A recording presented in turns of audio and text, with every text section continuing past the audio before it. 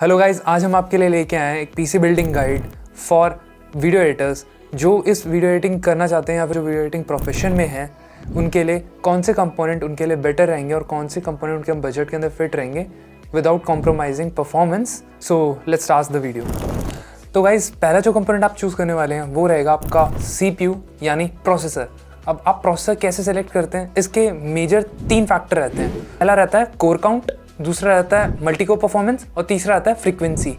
जो कि अगर आप सिंपल इतनी रिसर्च नहीं भी करना चाहते तो मैं सिंपली बता देता हूँ, आप जो प्रोसेसर आपके लिए बेस्ट होने वाला है वो रहेगा i7 का 12th 13th और 14th जेन के प्रोसेसर। इन 3 जनरेशन में से जौन सा आपके बजट के अंदर फिट बैठता है आप उस प्रोसेसर को चूज़ कर सकते हैं। अगर आपका बजट लिमिटेड है तो आप i5 की लेटेस्ट जेन पे भी जा सकते हो, जिसके लेने का फ़ायदा एक तो ये रहेगा कि उसकी कॉस्ट कम पड़ेगी आपको और इसी के साथ साथ जो ओवरऑल इसके पेरिफेरल्स रहेंगे उनके ऊपर भी प्राइस कम रहेगा। तो ओवरऑल आपका जो कॉस्ट है पूरे पीसी का वो थोड़ा कम हो जाएगा।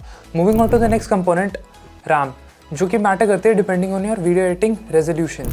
अगर आप 4K के अंदर एडिटिंग करते हैं तो आपका बेस स्टार्टिंग पॉइंट रहेगा 32 GB, और अगर आप 1080p या फिर 2K के अंदर लाइट एडिटिंग करते हैं तो 16 GB would be sufficient, but my recommendation would be 32 GB starting point.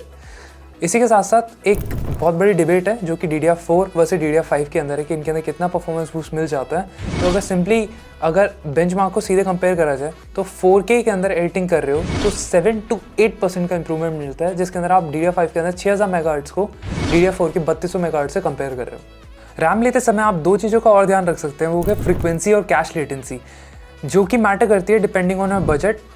और अगर आप DDR5 की तरफ जा रहे हो तो आप DDR5 के अंदर 6000 मेगाहर्ट्ज़ के अंदर CL30 जा सकते हैं, और अगर आप DDR4 प्लेटफॉर्म पे जा रहे हो उसके अंदर आप 3200 मेगाहर्ट्ज़ के अंदर CL16 ले सकते हैं। Moving on to the next component, GPU। इसके अंदर आप डिपेंडिंग ऑन आपका कैसा यूजेज है, आप कितने ट्रांजिशन और टेम्पलेट्स यूज़ करते हो, और आपकी जो फुटेज रहती है वो कौन से रेजोल्यूशन में रहती है, और आपको रेंडर टाइम मैटर करता है कि नहीं करता, ये 3 फैक्टर मैटर करते हैं। इसके अंदर अगर आप ज़्यादा टेम्पलेट करते हो तो आपको एटलीस्ट 50-70, या फिर आपका आफ्टर इफेक्ट्स का काम ज़्यादा रहता है, या फिर आप ज़्यादा टेम्पलेट यूज़ करते हो तो आपको एक हैवी GPU के साथ जाना चाहिए। अगर आप ग्राफ कार्ड बाय करने वाले हैं तो मोस्टली आप NVIDIA के कार्ड रिकमेंडेड रहेंगे because of their CUDA core technology which performs better in video editing. Moving on to the next component जो कि रहेगा आपका स्टोरेज। स्टोरेज के अंदर आपको बहुत सारे ऑप्शंस मिल जाते हैं जैसे कि SSD, HDD, NVMe, M.2।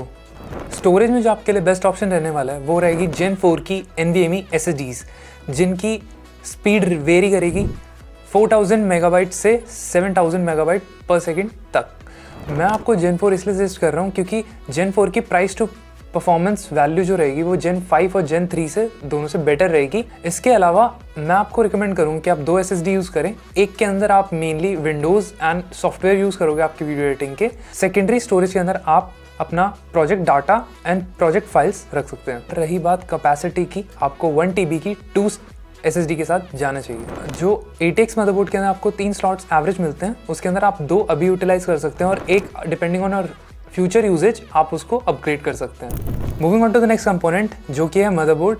Motherboard choose करने का सिंपल थंब ऑफ रूल रहेगा कि आप अगर इंटेल के K सीरीज़ के प्रोसेसर के साथ जा रहे हो तो आप मदरबोर्ड Z सीरीज़ के साथ जा सकते हो, और अगर आप हाई एंड चिप भी जा रहे हो i7, i9 तो रिकमेंडेशन रहेगा Z सीरीज़ का मदरबोर्ड। इसी के साथ साथ मेन चीज़ें आपको लुकआउट करनी चाहिए कि आपको कितने IO चाहिए, कौन से USB टाइप C पोर्ट चाहिए आपको, और इसके अंदर वाईफाई एंड ब्लूटूथ की नीड है कि नहीं। अगर आप इसी के साथ साथ i5 के अंदर PC बिल्ड कर रहे हैं तो B सीरीज़ का मदरबोर्ड भी would be sufficient. Moving on to the next component, cooler again आपका डिपेंड करता है आप कौन से प्रोसेसर के साथ जा रहे हो। सिंपल रहेगा, अगर आप i5 के साथ जा रहे हो तो आप एयर कूलर भी चूज़ कर सकते हो और AIO भी यूज़ कर सकते हो, बट अगर आप हाई एंड चिप के साथ जा रहे हो तो AIO would be recommended.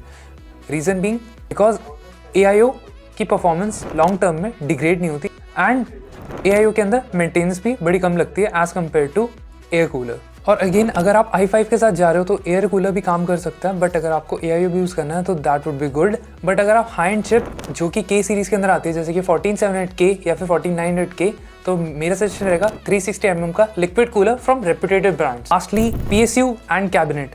PSU का सिंपल रहेगा, स्टैंडर्डाइज सम ऑफ रूल है कि 80+ गोल्ड सर्टिफिकेशन की लीजिए अगर आप 750 या फिर 850 पे जा रहे हैं, और अगर आप 750 के नीचे जा रहे हैं तो 650 वॉट के अंदर 80+ ब्रोंज वुड बी रिकमेंडेड।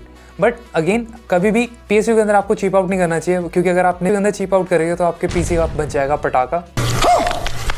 सो मेरी रिकमेंडेशन रहेगी कि अगर आप जा रहे हैं PSU के लिए तो एक रेप्यूटेड ब्रांड की तरफ जाइए रादर देन कि आप इसके अंदर कॉस्ट कटिंग करें। और इसी के साथ साथ अगर आप कैबिनेट की बात कर रहे हैं तो कैबिनेट आपको ATX फुल साइज़ का लेना चाहिए, डिपेंडिंग ऑन आप मदरबोर्ड भी इसी ATX साइज़ का ले रहे हो। एंड कैबिनेट लेते समय आप एक और चीज़ का ध्यान दे सकते हैं, वो है आगे के फ्रंट पोर्ट्स, जिसके अंदर मेरी रिकमेंडेशन रहेगी कि आप एक Type-C और 2 Type-A के पोर्ट फ्रंट के अंदर आपको मिल जाए। एंड आई होप कि ये वीडियो आपकी यूज़फुल रही हो। इसी के साथ साथ ऐसी PC गाइड वीडियो के लिए आप हमें कर सकते हैं फॉलो एंड सब्सक्राइब। एंड इसी के साथ साथ आप चेक कर सकते हैं हमारा Instagram हैंडल Giga+ Computers, जिसका लिंक मिल जाएगा आपको डिस्क्रिप्शन में। इसी के साथ मैं मिलूंगा आपको नेक्स्ट वीडियो में। Have a great day guys.